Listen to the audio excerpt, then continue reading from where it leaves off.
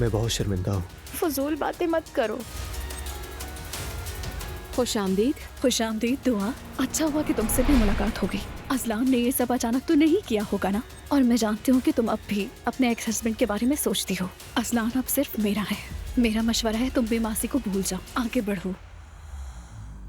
अब तो एक समझदार जिमल ही बाकी थी, लेकिन वो भी बहक गई। जिमिल ही ज़ैनब का सहारा थी और वो भी इस रास्ते पर चल पड़ी है। हेलो बाबा जान। मेरी प्यारी बेटी, कैसी हो तुम? तुम बात करो, मैं अभी आता हूँ। जरा सी मुलाकात ने क्या क्या कर दिया।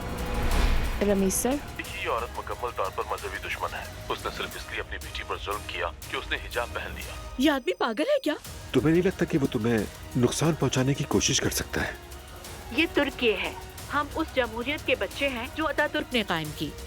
अगर मेरी बेटी मेरे सामने आकर कहे मॉम ये मेरी अपनी मर्जी है, मुझे ये दुरुस्त लगता है, तो मैं अपनी बेटी की बहुत इज्जत करूंगी। मैं ज़ैनब असलान का शौहर हूँ। फिर अपनी बीवी से कहना जरा संभल कर रहे।